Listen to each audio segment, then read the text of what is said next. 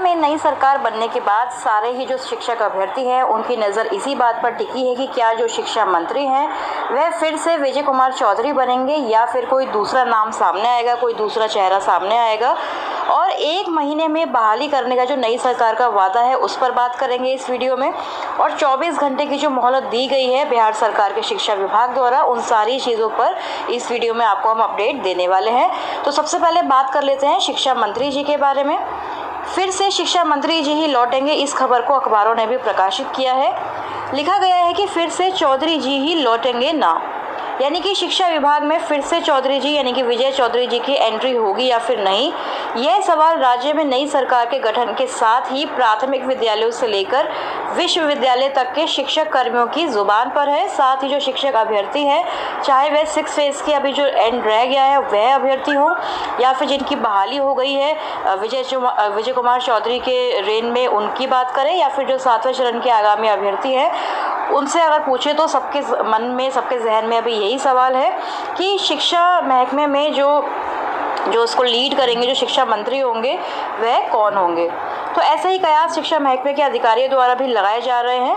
राज्य सचिवालय के शिक्षा विभाग में बुधवार को बड़े अधिकारियों से लेकर निचले पायदान के कर्मचारियों के बीच चर्चा का विषय केवल यही था कि विभाग के मंत्री के रूप में फिर से विजय कुमार चौधरी ही लौटेंगे या फिर नहीं। दरअसल इससे पहले वाली सरकार में विजय कुमार चौधरी ने जब शिक्षा मंत्री की कुर्सी संभाली थी तो 6ठे चरण की शिक्षक नियुक्ति की प्रक्रिया इसलिए अटकी हुई थी कि दिव्यांगों के आरक्षण से जुड़ा मामला न्यायालय में चल रहा था। सरकार ने न्यायालय से नियुक्ति की अनुमति मांगी और इस बीच उन प्रारंभिक शिक्षक नियोजन इकाइयों में शिक्षक नियुक्ति की प्रक्रिया शुरू हुई जहाँ पर दिव्यांग अभ्यर्थियों के आवेदन नहीं पड़े थे। नियुक्ति की चल रही प्रक्रिया के बीच ही न्यायाधीश भी आ गया और उसके बाद उन नियोजन इकाइयों की नियोजन प्रक्रिया शुरू हो गई जहां पर दिव्यांग अभ्यर्थियों के आवेदन पड़े थे। और 6ठे चरण में 42,000 से अधिक प्रारंभिक शिक्षक बहाल अब तक हो चुके हैं और उनको वेतन भुगतान इत्यादि भी हो रहा है।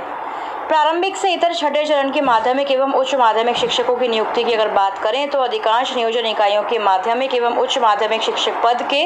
चयनित अभ्यर्थियों को 30 जुलाई को नियुक्ति पत्र बांटे जा चुके हैं। बाकी जगह पर भी 26 अगस्त को ये जो ज्वाइनिंग लेटर है वह मिलने वाला है। 7वें चरण के शिक्षक अभ्यर्थियों को अपनी नियुक्ति की जो तैयारी है उसका इंतजार है, तैयारियां चल भी रही हैं।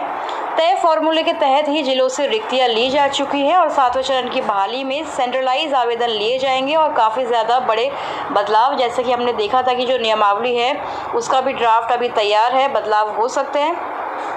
यानी कि कहने का मतलब यही है कि जो शिक्षा मंत्री हैं उनको सारी चीज़ें, सारा जो प्रोसेस है वह पता है। यदि कोई नया चेहरा सामने आता है तो पहले तो उनको ये चीज़ें समझने में थोड़ा समय और लगेगा और समय हम शिक्षक अभ्यर्थियों के पास बिल्कुल नहीं है क्योंकि ऑलरेडी बहुत ज़्यादा समय जो है बर्बाद हो चुका है। तो इसलिए अगर फिर से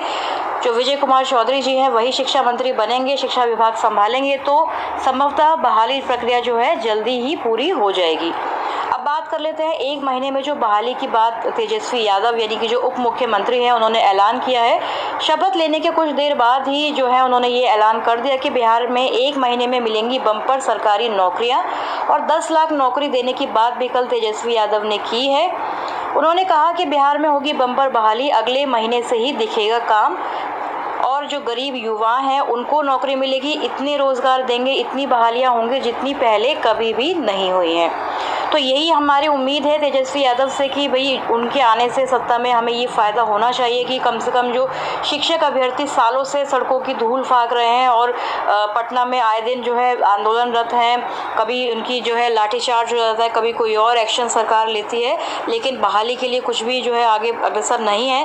तो जो डिप्टी सीएम है उनसे यही आग्रह होगा कि जब ये महागठबंधन की सरकार बनी है, नीतीश कुमार मुख्यमंत्री हैं लेकिन डिप्टी सीएम जो है तेजस्वी यादव बने हैं दूसरी बार, तो उनके डिप्टी सीएम बनने से उनका जो ये ऐलान था कि 1 महीने के अंदर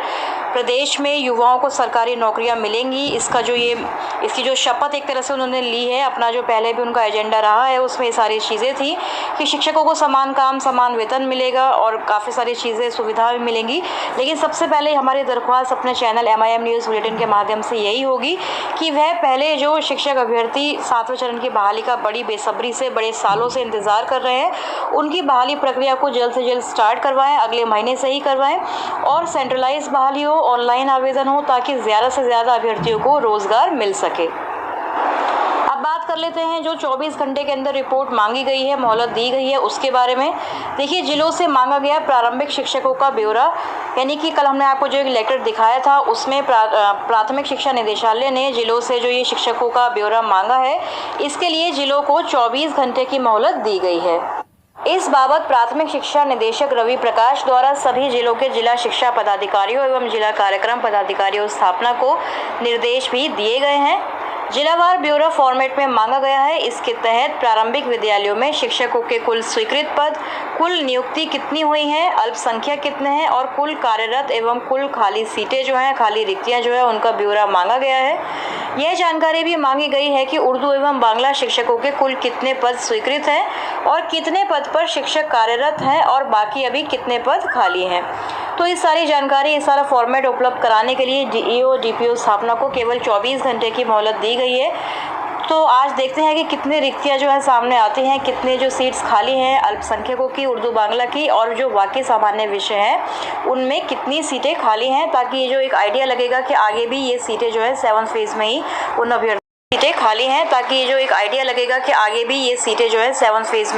उन अभ्यर्थियों को मिलने वाली हैं। कि गरीब राज्य है, पिछड़ा राज्य है और केंद्र से जो सहयोग मिलना चाहिए वो मिलता नहीं, तो चुनौती तो बड़ी है। अब तो आशंका लोग जता रहे हैं कि अब शायद और न मिले। अब देखिए, अब आशंका कौन जताने वाले नहीं जताने वाले, हम लोगों का हौसला है, बुलंद है और हमारे कम रिसोर्स में ही जितना हम काम कर सके, ये सरकार निष्पक्ष होकर के लोगों के साथ न्याय करेगी और विकास के कार्य को पूरा करेगी। अब और आपने शपथ ली है, लोग सवाल पूछना शुरू कर दी, क्या तेजस्वी यादव 10 लाख नौकरियां देंगे, किसानों का कर्ज माफ करेंगे, जो वादा किया? अभी आप ट्रस्ट वोट हो जाने दीजिए, जो उसके बाद जो कैबिनेट मीटिंग आएगी, आज ही हमारी मुख्यमंत्री जी से भी चर्चा हुई है, इसको हम लोग करने जा रहे हैं। ज्यादा से ज्यादा लोगों को, 4-5 लाख लोगों को कोशिश है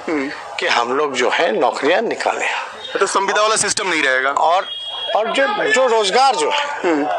नौकरी जो है, जो हर कई जगह रिक्त पदे हैं या जो बहालियां निकल रही हैं, उसमें हम लोग करेंगे। ये चाहे स्वास्थ्य डिपार्टमेंट हो या इंजीनियरिंग डिपार्टमेंट हो, इस तरह के जो जितने भी विभागे हैं, चाहे आपका हेल्थ डिपार्टमेंट है जहाँ काफी स्कोप है, और इसके साथ ही साथ जब ये तो हो गई जो सरकारी नौकरियां, और जब भी इंडस्ट्री आती है या फूड प्रोसेसिंग यूनिट्स खुलेंगे या जो बंद कारखाने खुलेंगे, तो रोजगार जो है वो एक स्वाभाविक रूप से वो पैदा होता है। तेजस्वी जी, नीतीश कुमार की जो नीति रही है उसमें संविदा, हाँ जी, आपने तो जो कहा जी उसको तो आप बताइए। हमारी तो लड़ाई सदन से या 2020 में सदन या सड़क पर हमारी बेरोजगारी की रही है। तो ये जो नई सरकार बनी है, वापसी महागठबंधन में आदरणीय श्री नीतीश कुमार जी की हुई है, तो ये असली गठबंधन है और मजबूती के साथ उनके नेतृत्व में काम किया जाएगा। एक सवाल तेजस्वी जी की, जो आपका पहले वाला महागठबंधन था, जो प्रीपोल अलाइनमेंट हुआ था, अभी जो हुआ है पोस्ट पोल एक अरेंजमेंट हुआ है सरकार में चलाने के लिए, दोनों में कोई फर्क देख रहे हैं आप? अब आप जो पहले था महागठबंधन की आप बात कर रहे हैं, पहले जो नीतीश कुमार